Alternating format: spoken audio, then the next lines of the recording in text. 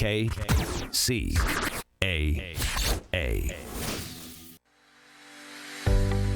Are you ready for a new experience? To see life from another point of view? New hope, new expression, new joy. This is your radio hour. Welcome to Viewpoint with Father John.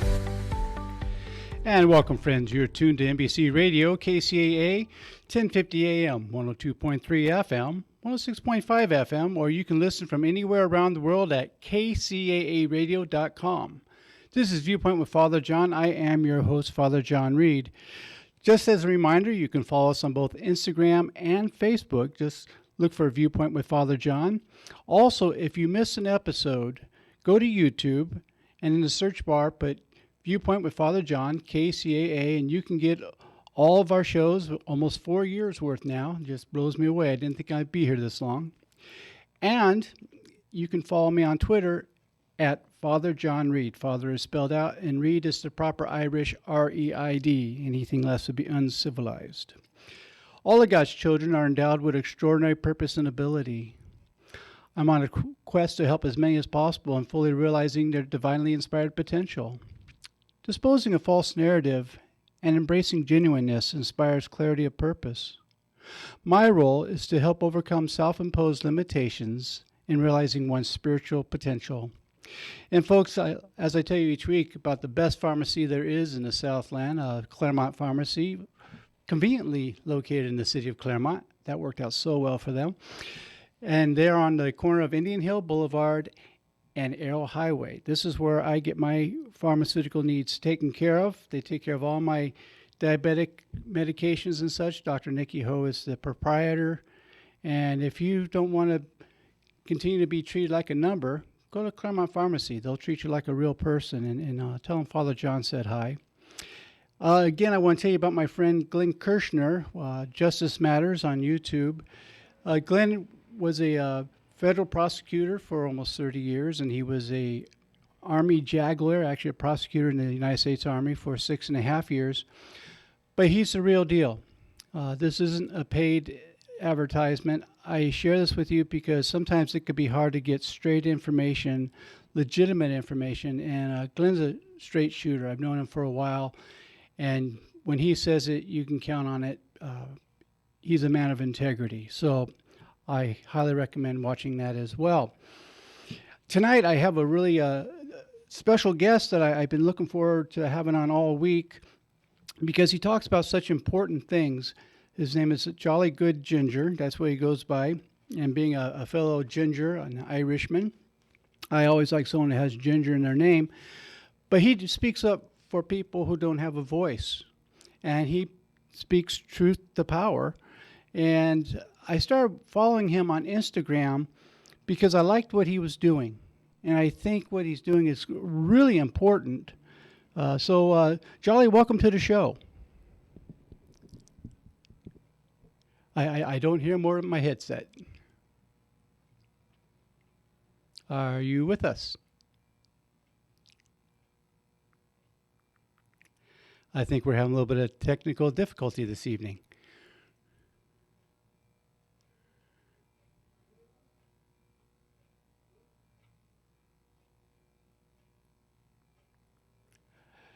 Folks, we have a little technical difficulty going, so I'll try to juggle while we're doing this. If you're watching on YouTube, you can see I don't juggle worth a darn. So anyhow, I'm hoping that he's going to be here soon. So while we're talking about this, until he comes on to the air with us, what we're talking about is social justice. And social justice is really important. And so I'm sorry, we're playing sign language here in the radio station. So I believe we have him coming online about now. And are you there, Jolly? Father John, can you hear me? Oh, now I can hear you. There you are. I've been trying to juggle, but nobody can see it on radio.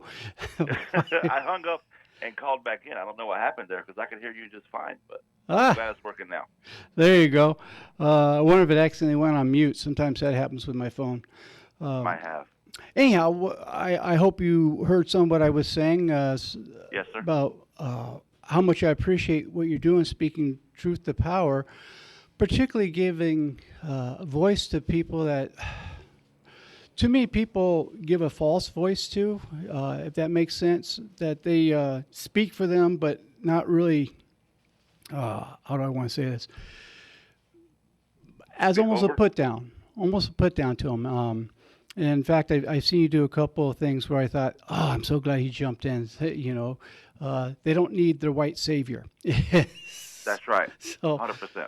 So let me digress a little bit. And now you grew up around white supremacy. Is that correct? I did, very much. Yes, sir. And so this was a real flip from how you were raised and coming into your own on finding your own voice and what was important to you. Am I saying that accurately? You are. I was raised in the mountains of North Carolina, and the little town where I'm from, the area I'm from, it's primarily, you know, white people, especially in the 80s when I was growing up there. You know, Confederate flag in the front yard type thing, and very little diversity. Not only diversity in culture, but in thought. There's no diversity in either. And from the kitchen table to the pulpit, you know, you hear the same casual racism and ideas of superiority. And over time, it gets beaten to your head. You don't believe in that. Right. No, I get that. I know where I was raised, I had mixed messages where, you know, I grew up here in California and you know, I had a parent talking about all-inclusiveness until I became all-inclusive, and then suddenly I was an outcast. So, right. Did you have some of that with your upbringing? Absolutely. And what I tell people this, you know, I was a young teenager when I really started questioning my racial identity, and even more so than that, questioning the ideas that had been taught to me. And there's a whole, you know, kind of story to that. But as I started questioning the racism, and I started speaking out like, "Hey, don't say the N word around me," which was like this big, you know, big statement to make because everybody used that word. Okay. It was people that, you know, we conflicted a little bit, but quite honestly, I lost more. I don't want to say lost, but a lot more of my family stopped talking to me when I came out in support of the gay community. That was really, they took that harder than me coming out as anti-racist. You know, I totally get that. The church has not been real good on this issue. In fact, it's been awful on it. And at one time, I was the only clergyman in my area openly doing funerals for people dying of AIDS. Now, AIDS is not a gay disease, but that's where it got focused. That's how it was spun at one point, right? Exactly. And I found the best thing I was able to do was when I would see a patient with AIDS, is the best thing I could do for them is rub their feet and acknowledge them as a person. And I can remember when I first did my first gay marriage. I presided over, I should say that. I wasn't getting married. Right, you didn't get married, right? I just realized how it sounded. Nothing wrong with that, but right. But I remember the flack I received, and I was endorser of the military chaplains for a number of years for our diocese. And when it became federal law that, you know, same-sex marriage was acknowledged, which I rejoiced over, I had chaplains from other churches who assumed that because I'm Eastern Orthodox that we would be anti-same-sex marriage, and they wanted to switch over to my endorsement so they wouldn't have to, under their church's edicts, marry people. And I said, you know, I think you better get to know me before you make that decision because we're all God's children. He doesn't have stepkids. And, and, you know, it's funny. I didn't get their completed paperwork for some reason or other. All of a sudden they changed their mind. That had changed their heart. Yeah. So this became something. But that's the truth, though. It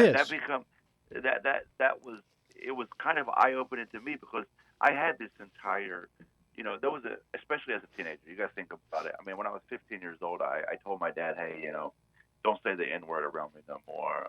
My stepmom, I don't call her my stepmom too often, my dad's second wife, but we were driving down the road, literally a couple miles from the house, and she said something, had the N word in the sentence, and I said, don't say that around me no more.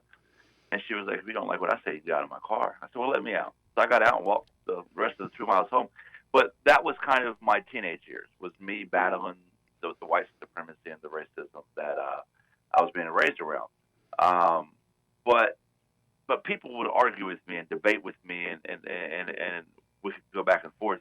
But when I came out in support of the gay community, I was in my early 20s at this point. I was in the Army already. Um, when I came out and realized my own homophobia and my own bigotry, because I was a bigot towards the gay community until I realized it. When I did that, there was far more people from my hometown and my family that were literally off put and stopped speaking to me.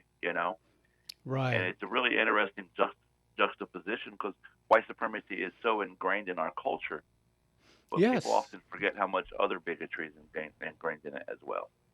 Well, we're seeing this big time right now with the voting acts that are taking place, Hmm. that they are geared specifically for people of color to keep them from Hmm. voting. Uh, Absolutely. I truly believe the reason we wound up with Donald Trump now, I'm an independent, so I give both As sides am a I. bad time.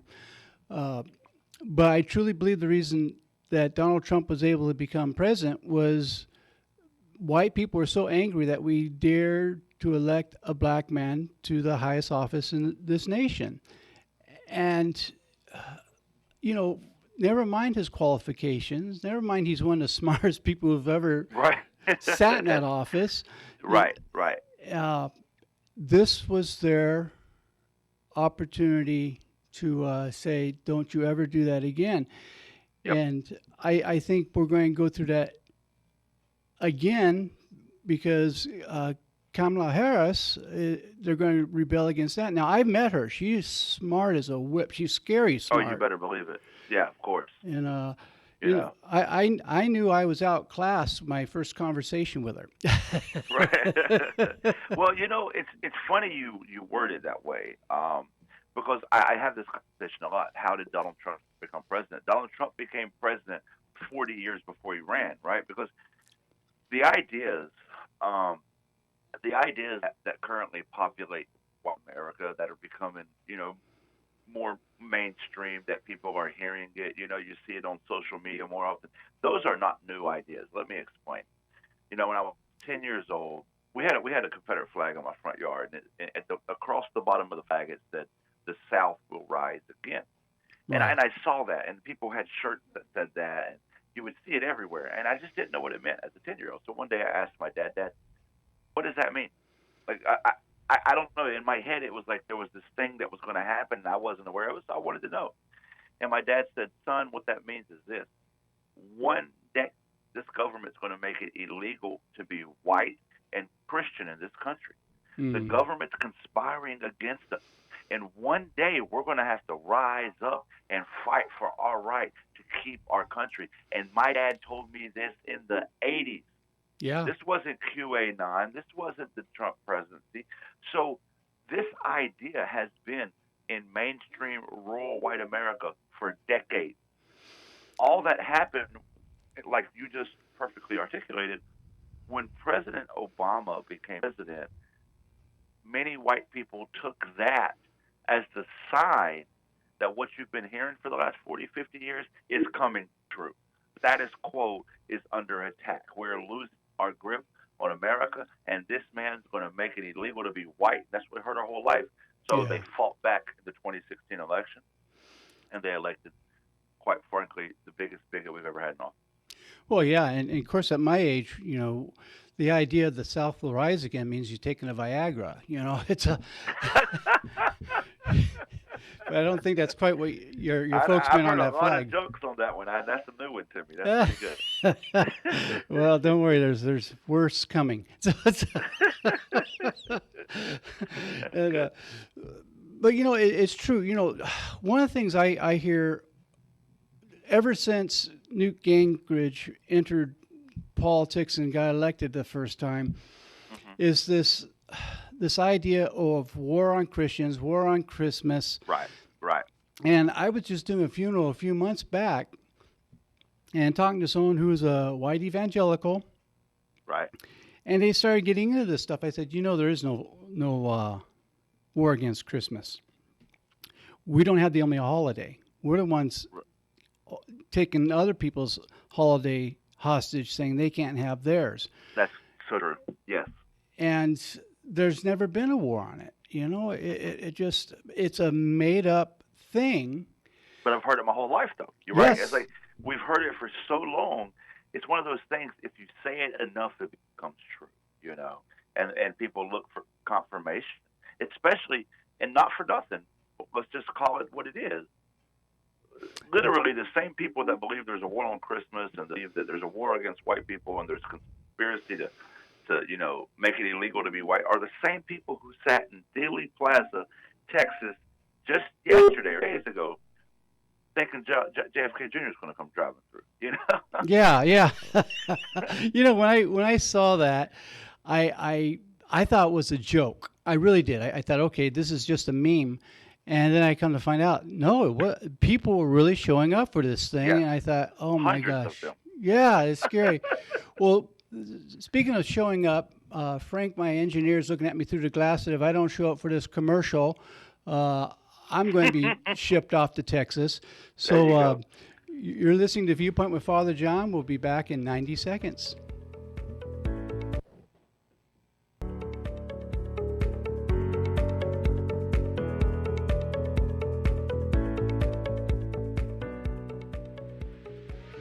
The loss of a loved one is one of the most challenging experiences in a person's life. It's hard to know where to turn to make your loved one's final arrangements. Jesse Ruiz at Personal Funeral Planning in Ontario will treat you and your loved one with the respect you deserve.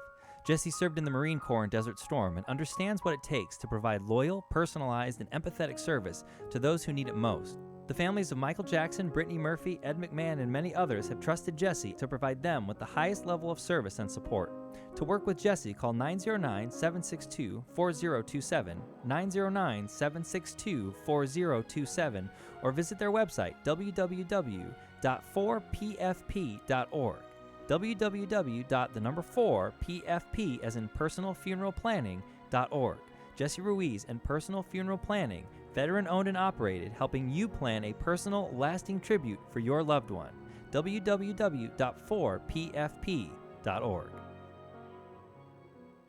Attention all business owners, join C's Candies, Big Lots, Dollar Tree, and the Spunky Steer at the Tri-City Shopping Center in Redlands. Availability is now open for restaurants, retail, and more. Located between Alabama and the Tennessee exits where the 10 and the 210 meet, your company can be a part of over 60 retail shops, restaurants, and local businesses. The Tri-City Shopping Center is zoned for multi-use, so call today and schedule an appointment. Ask for Chris Beauchamp or John Jennings, 951-684-4400. The Tri-City Shopping Center in Redlands. The mall with a heart.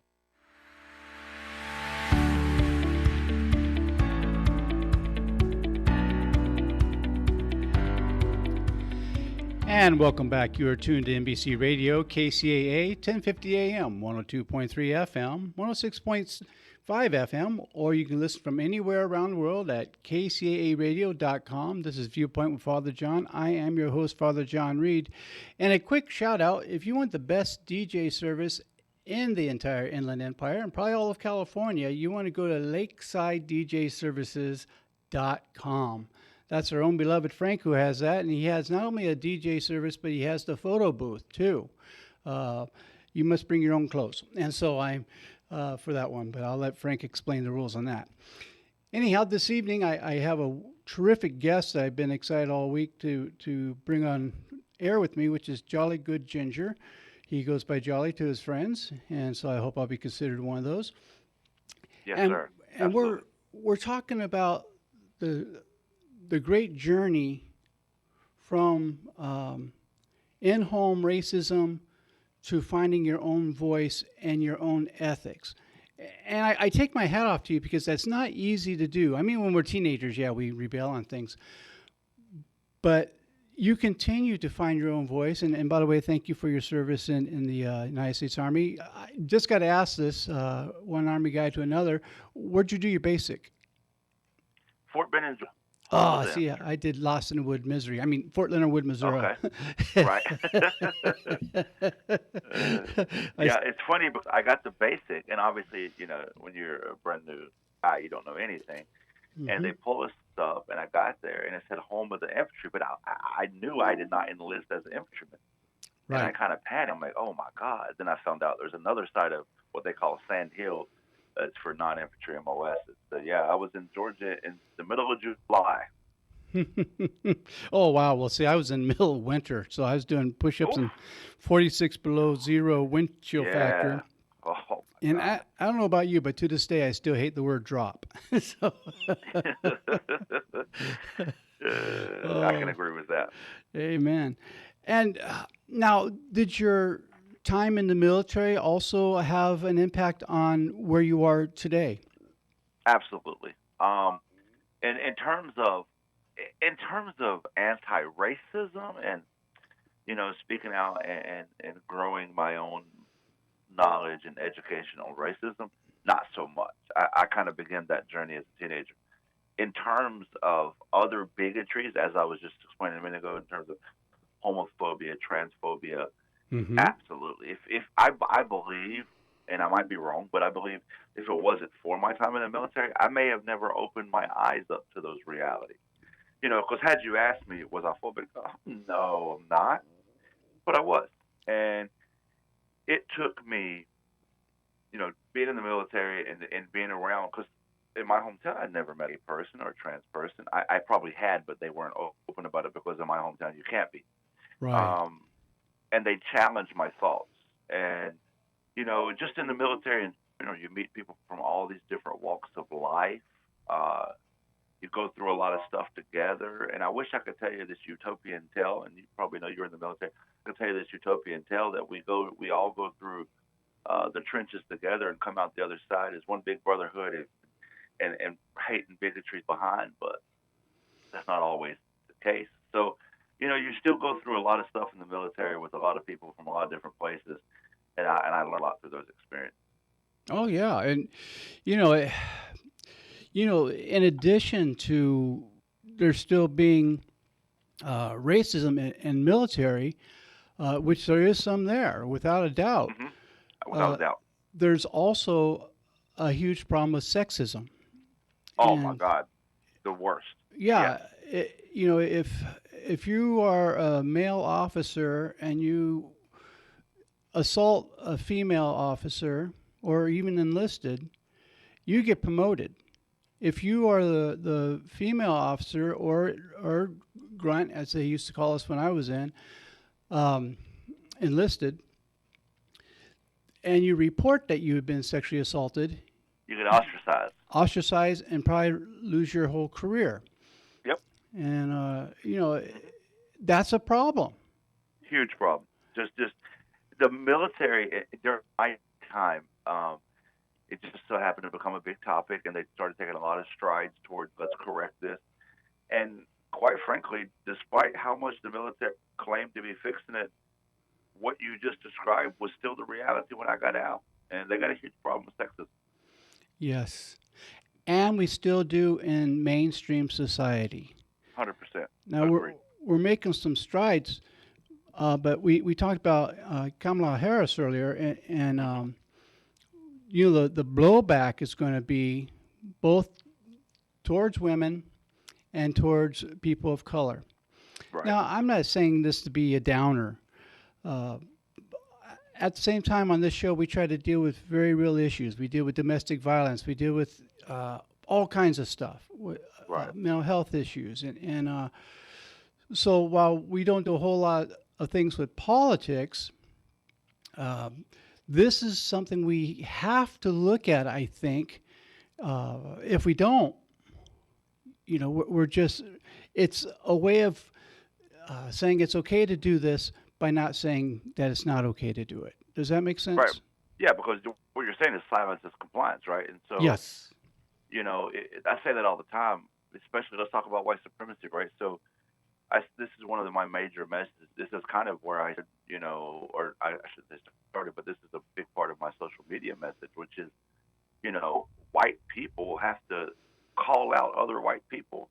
You can't coddle white supremacy. You can't coddle it and be nice about it. You got to call it out, and that's true for every type of ism, sexism, racism, every type of phobia, Islamophobia, transphobia, homophobia. You call it out. If you're silent on Xenophobia. it, then you're complicit in it. Yes, yes. I agree with you 1,000% on this. So, how did you get started doing this on a social media platform? Did it, I'm sure there's That's a a good road. question. Right, there was. It's actually kind of a fun story.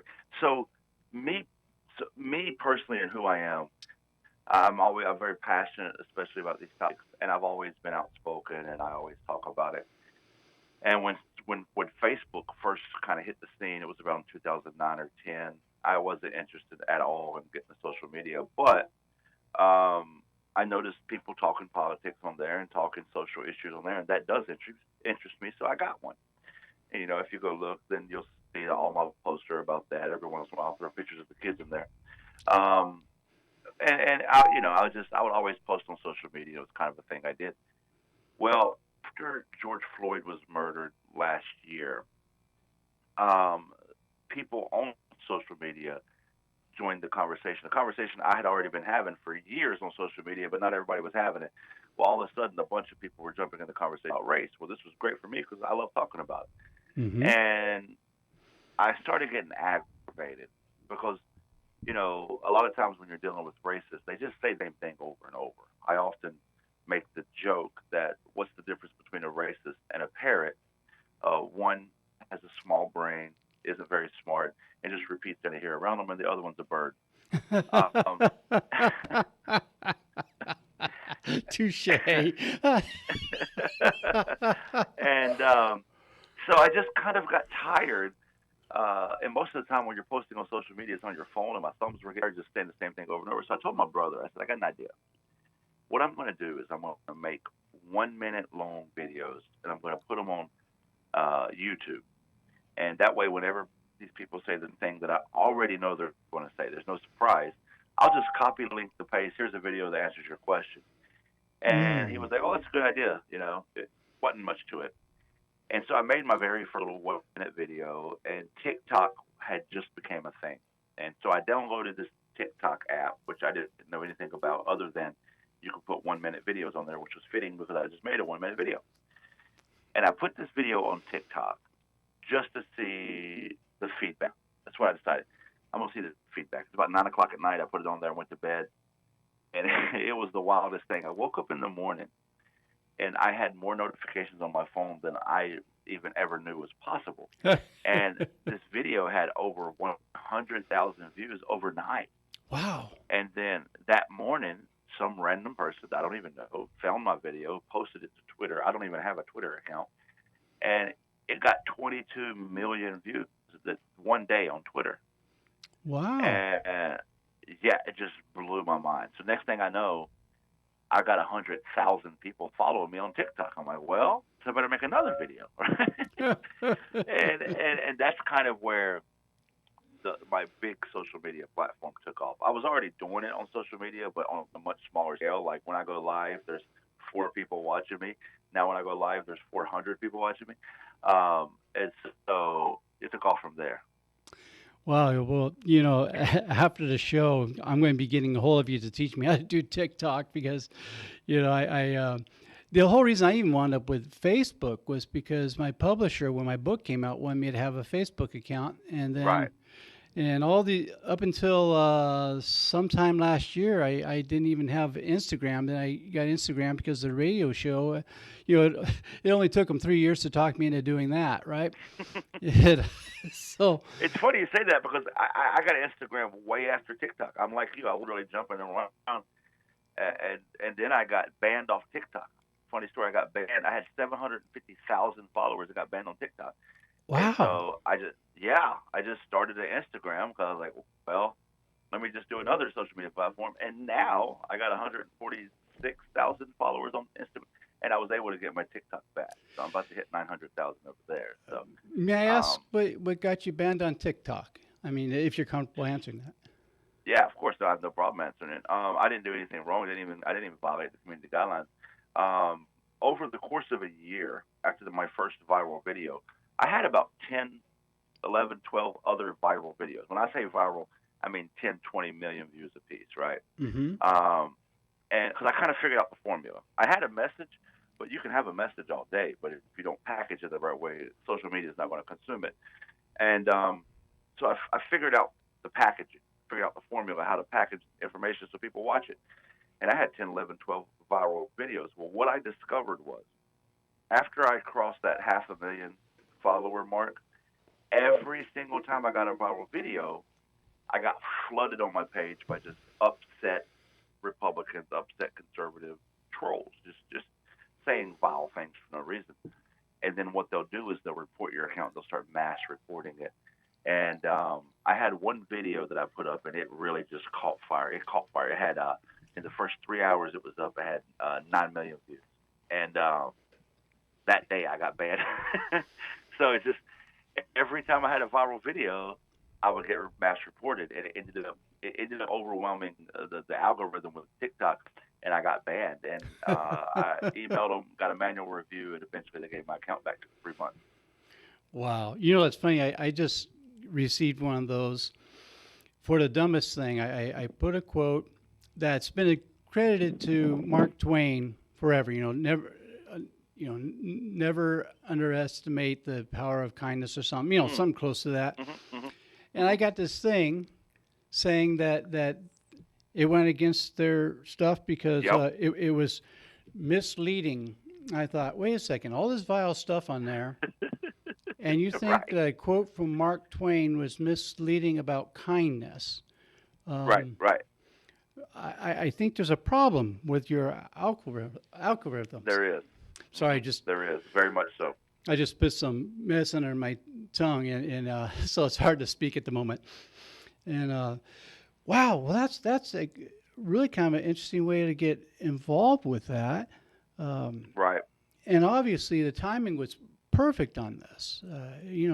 This was the time, and what I mean by that is I think that our society right now is so hungry for some real stuff and not just baloney that, you hit it right at the right time. People are saying, hey, this guy's real, Right. And that's what I have appreciated about it. And what I also appreciate about you, I'm not here to pump you up or anything, but you research the stuff from what I see before you go on and say something about it. And so Very much so. you have your I facts take a in lot order. of pride in that.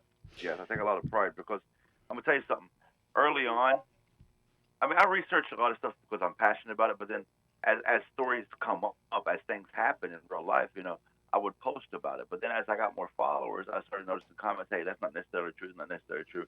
And I'm just the kind of guy, I don't want to be posting untrue things. I take a lot of pride in being correct.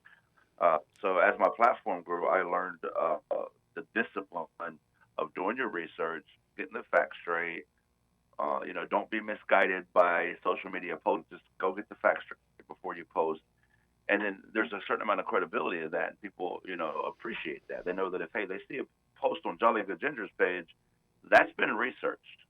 I didn't just post it because somebody else did, Exactly. Well, I have the same thing with the followers of the show. I mean, this show has gone completely global, and I'm not saying that to pat my own back, but it is one of the things I've heard a lot from the listeners, particularly from Panama, Philippines, other places around the world, is Brazil, the fact that when they look at what I say, they can see this is verified information.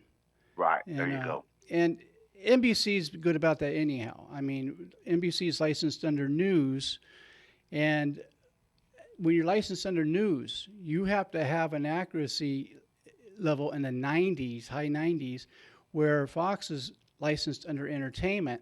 They have no standard of care, and they can say anything.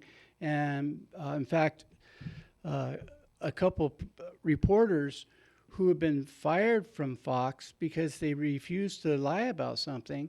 When it went to court, the whole defense was people know it's entertainment. They should know this. I heard about that. Yeah. I remember when that happened. Yes. Yeah. And that's sad, isn't it? How could you even say the word news in your title and then have that be your defense, you know? Well, look what they've done with the vaccine. Everyone at Fox is required to be vaccinated, and yet they put out all this false information Exactly. About it. And, I'm the one doing the funerals for these people dying. There you go. And it is so prevalent, and we're getting ready to go to commercial break in just a minute here, but it's so prevalent. I had a family I wound up serving twice. Now, I'll be honest, if I recognized the name of the family, I wouldn't have done the second funeral. But they refused to wear masks at the funeral. They didn't believe COVID was real, yet the person we're doing the funeral for died of COVID. And the second person of their family that I did the service for, again, 200 people there easily. The funeral director and I were the only two wearing masks. Wow. And they still believe it was a hoax. Wow. It's like, It's almost like you can't write it. It's like stranger than fiction, you know? It's just. It is. Wow. Well, Frank is looking at me through the glass like I'm going to have some serious health problems if we don't go to commercial. So my guest this evening is Jolly Good Ginger, and he is one of my heroes these days. And we'll be back in 90 seconds. You're listening to Viewpoint with Father John.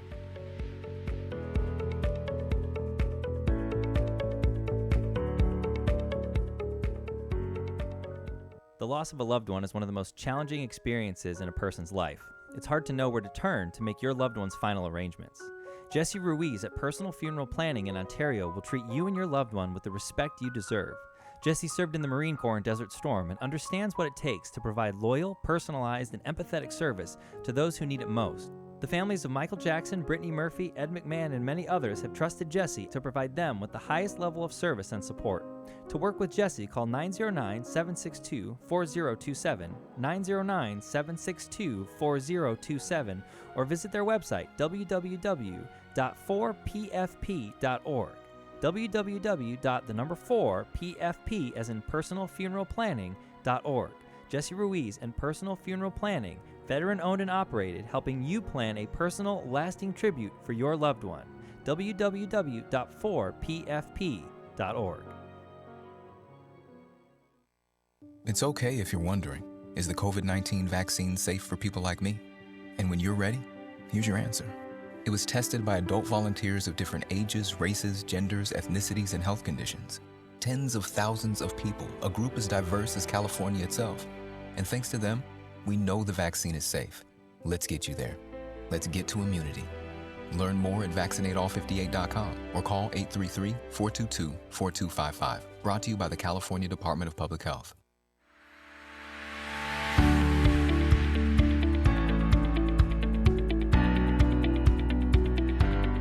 And welcome back. You're tuned to NBC Radio, KCAA, 1050 AM, 102.3 FM, 106.5 FM, or you can listen from anywhere around the world, as many of you know, at kcaaradio.com. This is Viewpoint with Father John. I am your host, Father John Reed, and my guest this evening is the one and only Jolly Good Ginger, and I just increased your number of people by at least one because Frank, our sound engineer, just came out because he's been enjoying this so much, and he just started following you. And he says he knows why I follow you now. There's really good content there.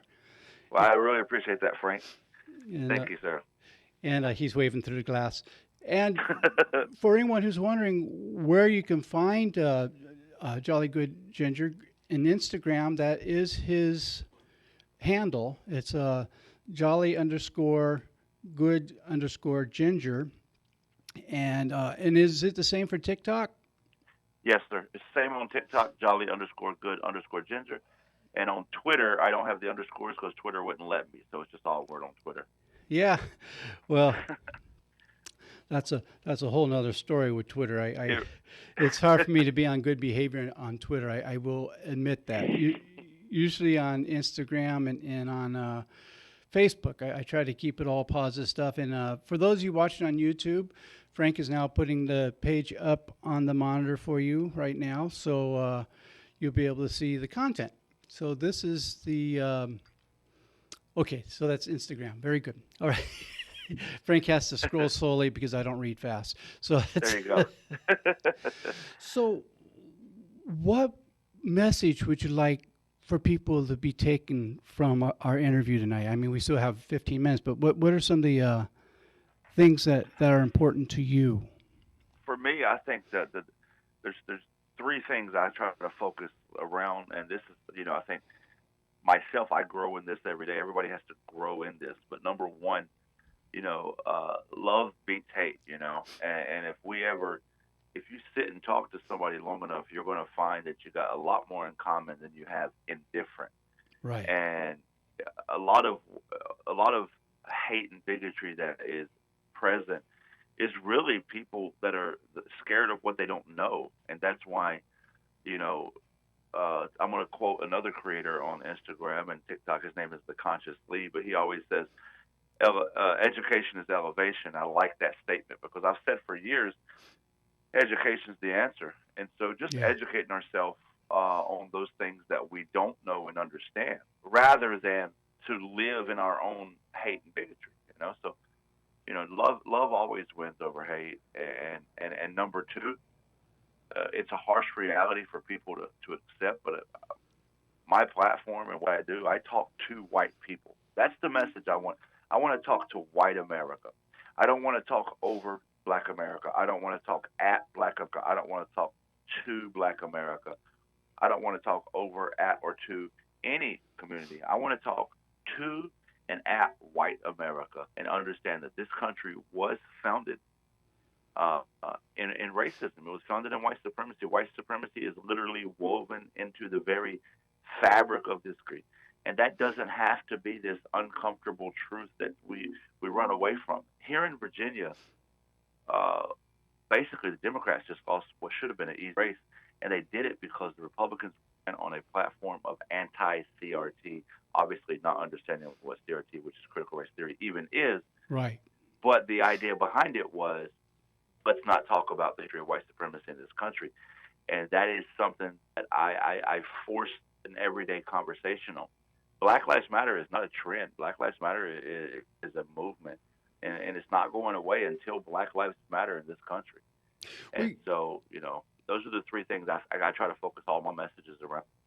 Yeah, and I think that's been one of the movements that is so important and, quite honestly, very misunderstood by a lot of people. And I really found that out when I was covering something for NBC. We had a Black Lives March, Black Lives Matter March in Right. Claremont. And I got to be a part of that and was interviewing people for it. And it's amazing how two people can be at the same place and yet not see the same thing. Say it again. Exactly. Two people can be at the same place but not see the same thing. And that's it right there. Yeah, and I was surprised. I'm a well-educated man. I have a doctorate. And I was blinded to the fact that racism comes in all colors. And what I mean by that is I was very upset because someone where I live was absolutely against Black Lives Matter. And when I had said something about how it really bothered me, it turns out another person there who is a person of color was absolutely against them. They've bought into the lie that all these black young women down south, 3/4 of them are parents to fatherless children, which is physically impossible. Right. So, Right. And they have bought the lie, and I grew up Well, here's poor. the thing. To your point there, and I'm glad you brought it up, because I really, this is something I try to tell white America all the time. It's a very important conversation to have. White supremacy dominates this country. It dominates the education system. It dominates the medical system. And I could talk for hours on each one of these: the banking system, the policing system, the justice system. We could talk for hours on that. But the bottom line is it dominates it. So anybody who is in America is subject to believe the lies of white supremacy. That is not limited to any race, color, sex, or creed. However, what's important for white people to understand is you might know a person of color that believes the same hateful lies you do. But just like white people are not a monolith, neither any other community. Part of white supremacy is us treating an entire group of people as if they are, a monolith. Right. And that is literally a toxic and dangerous behavior, right? So stereotypes and hate and racism stems from that idea. Is like if I go into a place in America and I show my butt and I ask out, they're going to say that crazy fat guy over there. But if a black person goes somewhere and shows out, then people literally label the entire black community based on the actions of that one person.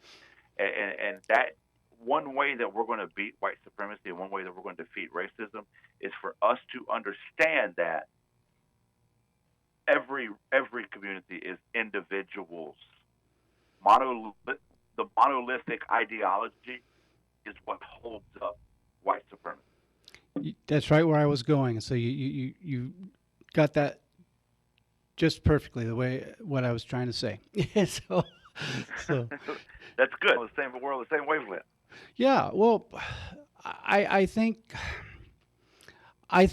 we're both beating from the same heart, which is that as my friend Richard Rohr says, if you don't see God everywhere, you don't see God anywhere, and it's that type of thing. If you don't see humanity everywhere, you don't see humanity anywhere, and we all deserve to have the treatment of dignity. And somehow we think because we're born white that we have a little bit of an edge on dignity. And, I had this driven home for me.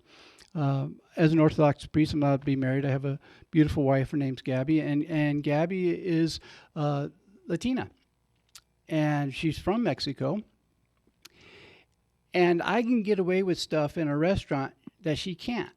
And give you an example of that, we went to a restaurant out here, and there was, now, mind you, I have real blonde hair. I'm a real knucklehead.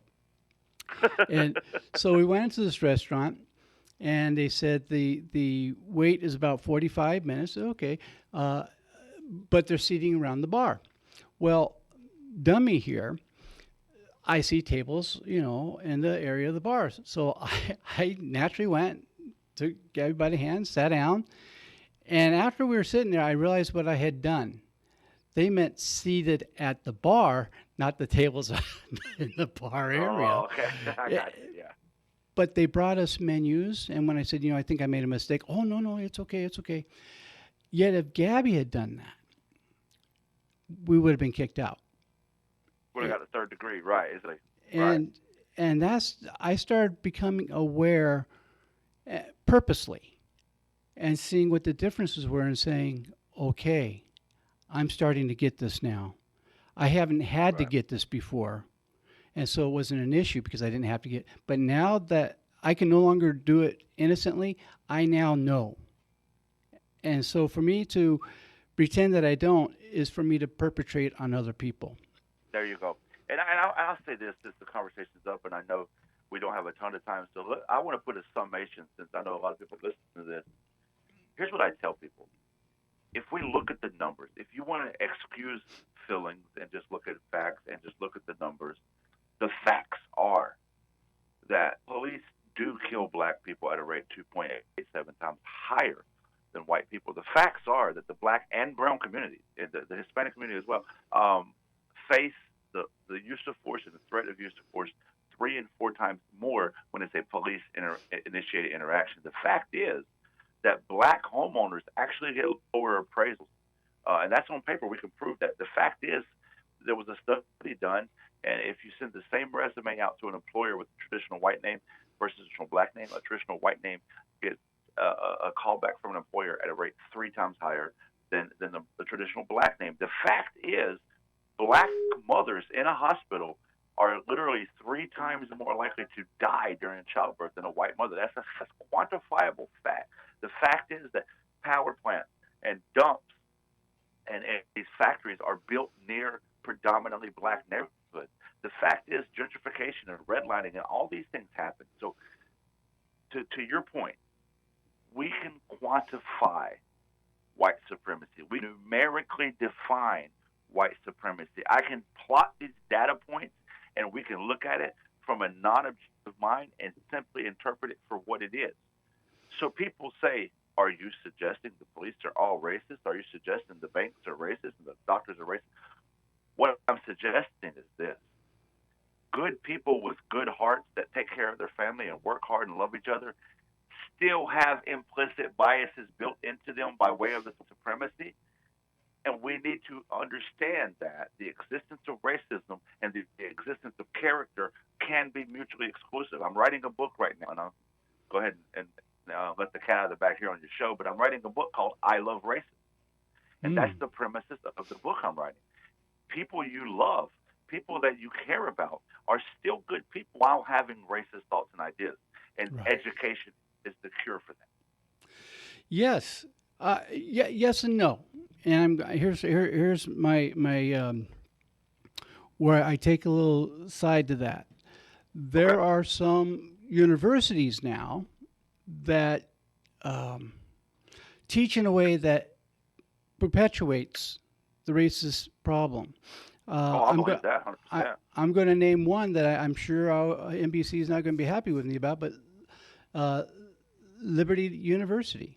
I mean, it's all white evangelical, and you'd be hard pressed to find a place that's more racist or more xenophobic than that institution. I can name 4 or 5 of them that are like that, just off the top of my head. And so that's the only caveat I'm taking on that. But I'll give you an example of something that took place today. I'm sure you're more than aware of. We had one of the people from the insurrection get a 60-day prison sentence. Okay. Yep. It's funny you say that. I got a video right now as we speak that's going viral. That. And yet, a black man smokes a joint. There you go.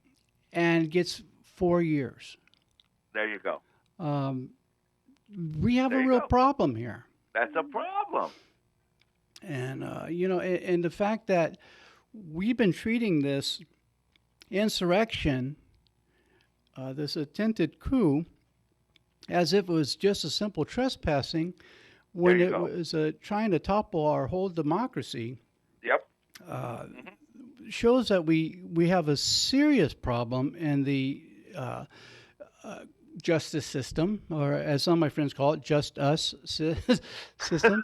That's a good one. I like that. I haven't heard that one. Because, depending on your complexion, that has more to do with the sentence you'll receive than the merit of the crime. And that's quantifiable. That's what I just said. That's quantifiable.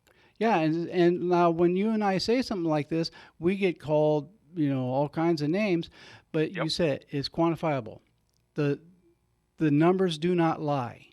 That's right. And when you can back it up with facts, and that, like I said, the people listen to the show because they know I don't say it unless I can back it up. It's been verified. We're in our last moment here. So I know that's a quick segue right there.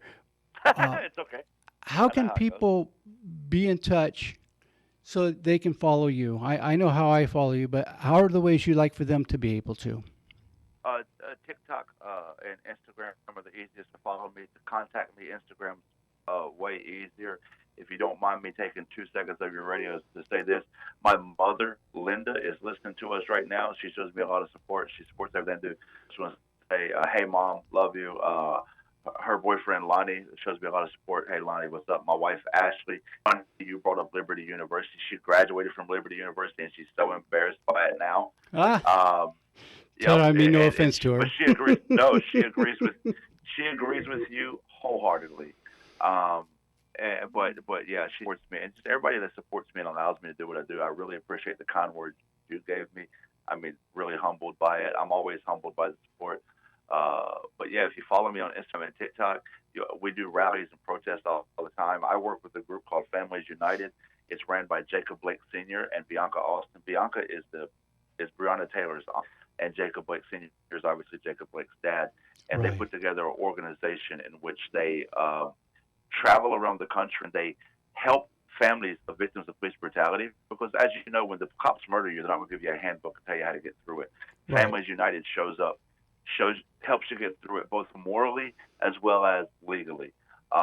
Huge organization. So if you follow me on social media, please help us lift up Families United. It's an amazing organization. Very good. I really appreciate you having me here. No, I'm glad you're on here, and Frank's putting up all your information on the monitor right now, so anyone who gets this on YouTube will be able to get that. Just real quickly, I'd like to have you come back again to talk about this movement as well, with the families, because I think that's important if you'd be willing to do that. Absolutely. And yeah. Well, we're totally out of time for Frank. I'm driving him crazy. And, Sorry, Frank. No, he's a good guy. You've been listening to Viewpoint with Father John on NBC Radio, KCAA, and my guest this evening has been Jolly. I keep wanting to say Jolly Good Fellow, Jolly Good Ginger. And, if no one told you this week that they love you, let me be the first. And thank you for tuning in again this week. And Jolly, thank you for being such a great guest on the show. And I know we'll be having you back. And I'll be glad to be back. And thanks for having me, Father John. All right. Well, be well. And we'll be back in next week with another episode of Viewpoint with Father John.